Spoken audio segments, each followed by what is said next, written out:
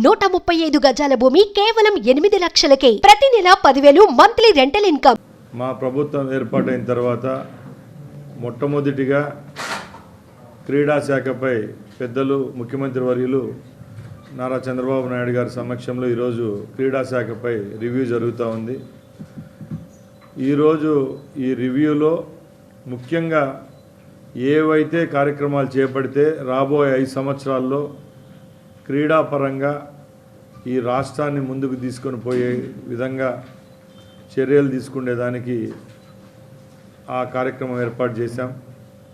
మా దృష్టికి వచ్చిన అంశాలు, అలాగే ఏ చర్యలు తీసుకుంటే ఈ ఆంధ్రప్రదేశ్ను వచ్చే 5 సంవత్సరాల్లో స్పోర్ట్స్ హబ్గా తయారు చేసుకునేదానికి ప్రయత్నంగా మేము చేపడుతున్నాం.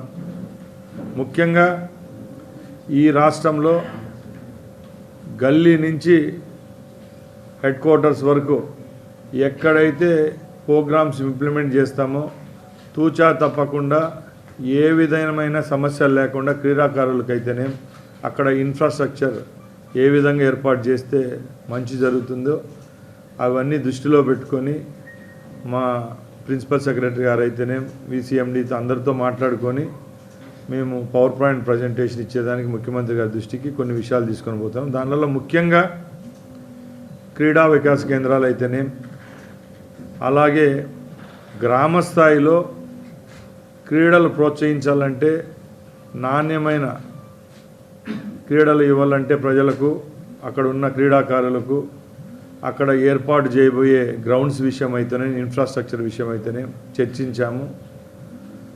ఇంకా ఈ రాష్ట్రంలో గత 5 సంవత్సరాల నుంచి జరిగిన అవినీతి కార్యక్రమాలు మీ అందరికీ తెలుసు. సుమారు 120 కోట్ల రూపాయలను ఆడుదాం ఆంధ్ర అనే కార్యక్రమానికి కేవలం 40 రోజుల్లోనే ఖర్చు పెట్టి ఈ రాష్ట్ర పరువును బజారు పాలు చేసిన ఆనాటి ప్రభుత్వం యొక్క దుశ్చర్యలు అనుకోండి,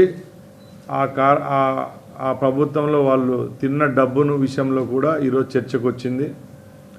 అలాగే ముఖ్యంగా ఎందరో జీవితాలకు సంబంధించిన సర్టిఫికెట్ల కుంభకోణం రోజు పేపర్లలో చూస్తున్నాం, టీవీల్లో చూస్తున్నాం. చాలామంది పత్రికా సోదరులు కూడా మమ్మల్ని అడుగుతూనే వస్తున్నారు.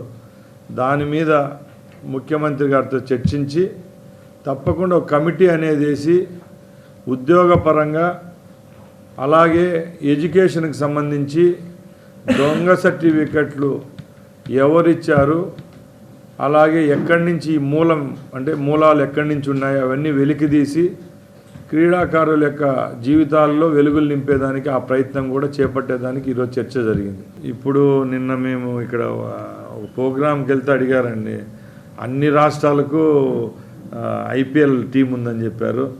ముఖ్యంగా చంద్రబాబు నాయుడు గారి సృష్టి అమరావతి అనేది ఒకటి ఉంది కాబట్టి తప్పకుండా ముఖ్యమంత్రి గారిని ఒప్పించి వచ్చే 5 సంవత్సరాల లోపలే అమరావతి అనే బ్రాండింగ్తో ఒక ఐపీఎల్ టీంని అయితే తీసుకొచ్చేదానికైతే మేము ముఖ్యమంత్రి గారిని అడిగేదానికైతే సిద్ధంగా ఉన్నాం. క్రికెట్ పరంగా చెప్పాను. ముఖ్యంగా అకాడమీల విషయానికి వస్తే పుట్టగొడుగులాగా చాలా అకాడమీలు వెలిసినాయి. దాని మీద కూడా ఒక సబ్ కమిటీ వేస్తాం. నిజంగా ఏ అకాడమీల ద్వారా నిజాయితీగా క్రీడలను అభివృద్ధి చేస్తానో, ప్రోత్సాహకాలు ఇస్తానో అలాంటి అకాడమీలు నిలుస్తాయి. మిగతా దానిలో సభ్యత్వాలు అయితే అన్ని రద్దు చేస్తాం.